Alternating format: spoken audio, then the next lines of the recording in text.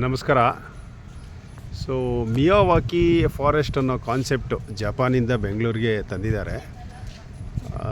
ಅವ್ರಿಗೊಂದು ಮನವರಿಕೆ ಮಾಡಿಕೊಡೋಕ್ಕೆ ಒಂದು ಈ ವಿಡಿಯೋ. ಇಲ್ಲಿ ನೋಡಿ, ನೇಚರಲ್ಲಿ ಯಾವುದು ಫಿಟ್ಟೆಸ್ಟ್ ಯಾವುದಿರುತ್ತೋ ಅದೇ ಸರ್ವೈವಲ್ ಆಗೋದು ಅನ್ನೋದು ಕಾನ್ಸೆಪ್ಟ್ ಎಲ್ಲರಿಗೂ ಗೊತ್ತಿರುತ್ತೆ. ಸೊ ಇಲ್ಲಿ ನೋಡ್ಬೋದು, ಇದು ಹೆಮ್ಮರಾಗುವಂಥ ಈ ಮತ್ತಿ ನೋಡ್ಬೋದು, ನೇರಳೆ ಮುಂತಾದ ಗಿಡಗಳೆಲ್ಲ ಇದೆ. ಸೊ ಇಲ್ಲಿ ಏನಾಗಿದೆ ಅಂದರೆ, ಆವಾಗ ಸ್ವಲ್ಪ ಹತ್ತತ್ರ ನೆಟ್ಬಿಟ್ಟಿದ್ದಾರೆ, ಅಂದರೆ 5 ಫೀಟ್ ಕೂಡ ಗ್ಯಾಪ್ ಇಲ್ಲ. ಸೊ ಆವಾಗ ನೋಡ್ಬೋದು ಈ ಮತ್ತಿ ಡಾಮಿನೇಷನ್ ತೊಗೊಳ್ಳೋದಲ್ವ. ಇಲ್ಲಿ ನೋಡಿ, ಮತ್ತಿ ಮರ ಇಲ್ಲಿ ಡಾಮಿನೇಷನ್ ತೊಗೊಂಡಾಗ ಇಲ್ಲಿ ಗುಲ್ಮೋಹರ್ ನೋಡಿ, ಅದಕ್ಕೆ ಬೆಳಕು ಏನು ಸಿಗದೇನೆ ಅದಾಗದೇ ಒಣಗೋಗಿದೆ. ಸೊ ಗುಲ್ಮೋಹರ್ ಯೂಶ್ವಲಾಗಿ ನಮಗೆ 20-25 ಇಯರ್ಸು, ಮ್ಯಾಕ್ಸಿಮಮ್ 30 ಇಯರ್ಸ್ ಬರುತ್ತೆ. ಸೊ ಇದೊಂದು 10 ಇಯರ್ಸಲ್ಲೇ ಇದು ಒಣಗೋಗಿದೆ. ಯಾಕೆಂದರೆ ಗಾಳಿ ಬೆಳಕು ಏನಿಲ್ಲ. ಯಾಕೆಂದರೆ ಫಿಟ್ಟೆಸ್ಟು ಇದು ನೋಡ್ಬೋದು, ತುಂಬ ಹೆಮ್ಮರ ಆಗಿದೆ. ಸೊ ಅದಕ್ಕೆ ಸೂರ್ಯನ ಬೆಳಕು ಏನು ಸಿಗದೆ, ಮತ್ತು ಅದಕ್ಕೆ ಡೈಲಿ ಚಾಲೆಂಜಸ್ ಇರುತ್ತೆ. ಇಲ್ಲಿ ನೋಡ್ಬೋದು, ಇನ್ನೊಂದು ಈ ಹಲಸಿನ ಗಿಡನೂ ಅಷ್ಟೇ, ಈ ಡಾಮಿನೇಷನ್ನಿಂದ ಇದು ಬೆಳೆಯೋಕ್ಕಾಗಿಲ್ಲ.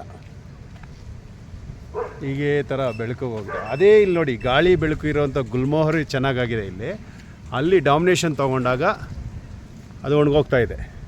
ಸೊ ಈ ಥರ ಎಷ್ಟೊಂದು ಗಿಡಗಳು ಕೆಲವೊಂದು ಮಟ್ಟಿಗೆ ನೀವು ಏನು ಗೊಬ್ಬರ ಕೊಟ್ಟಿರ್ತೀರೋ ಯಥೇಚ್ಛವಾಗಿ ಅಷ್ಟು ನ್ಯೂಟ್ರಿಷನ್ಸ್ ತೊಗೊಂಡು ಬೆಳೆಯುತ್ತೆ. ಸೊ ಅಬೌಟ್ ಒಂದು 7-8 ಫೀಟು 9 ಫೀಟ್ವರೆಗೂ ಅಷ್ಟೇ. ಅದಾದಮೇಲೆ ಮಿಯಾವಾಕಿ ಫಾರೆಸ್ಟು ನನ್ನ ಪ್ರಕಾರ ಸಕ್ಸಸ್ ಆಗೋಲ್ಲ. ಇಲ್ಲಾಂದರೆ ಇದೇ ಥರ ಅದೇ ಇಲ್ಲಿ ನೋಡ್ಬೋದು, ತುಂಬ ಹತ್ತತ್ರ ಆಗಿರೋದ್ರಿಂದ ಅದಕ್ಕೆ ತುಂಬ ಕಂಜೆಸ್ಟ್ ಆಗಿ ಸರ್ವೈವಲ್ ಆಗೋದಂದರೆ ಫಿಟ್ಟೆಸ್ಟ್ ಏನಿರುತ್ತೋ ಅದೇ ಸರ್ವೈವಲ್ ಆಗುತ್ತೆ. ಬೇರೆದೆಲ್ಲ ಬೆಳೆಯೋದಕ್ಕೆ ತೊಂದರೆ ಪಟ್ಕೊಂಡು ಬೆಳೆಯುತ್ತೆ. ಸೊ ಕಾಲಕ್ರಮೇಣ ಅದು ಒಣಗೋಗುತ್ತೆ. ಸೊ ಈ ಕಾನ್ಸೆಪ್ಟನ್ನ ದಯವಿಟ್ಟು ಒಂದು ಸಜೆಷನ್ನಾಗಿ ತೊಗೋಬೇಕು. ಮಿಯಾವಾಕಿ ಫಾರೆಸ್ಟ್ ಅನ್ನೋ ಕಾನ್ಸೆಪ್ಟು ಬೆಂಗಳೂರಿಗೆ ತಡೆ ಹಿಡಿಯೋ ಮೂಲಕ ಅದೇ ಗಿಡಗಳನ್ನ ಬೇರೆ ಬೇರೆ ಕಡೆ ನೆಟ್ಟಾಗ, ಅಂದರೆ ಸ್ವಲ್ಪ ಗ್ಯಾಪ್ ಕೊಟ್ಟು ನೆಟ್ಟಾಗ ಚೆನ್ನಾಗೇ ಆಗುತ್ತೆ. ಇಲ್ಲಾಂದರೆ ನೋಡಿ, ಇಲ್ಲಿ ಹಲಸೆ ಏನೇ ಇದೆಯೋ ಗಿಡ, ಈ ಮತ್ತಿ ಗಿಡದಿಂದ ಡಾಮಿನೇಷನ್ ಆಗಿ ಇಷ್ಟೇ ಬೆಳೆದಿದೆ ನೋಡಿ. ಇದ್ರ ಜೊತೆ ಇಟ್ಟ ಗಿಡ ಹೀಗೆ ಇದೆ, ಅದು ಬೆಳೆಯೋಕ್ಕೆ ಆಗೋದಿಲ್ಲ.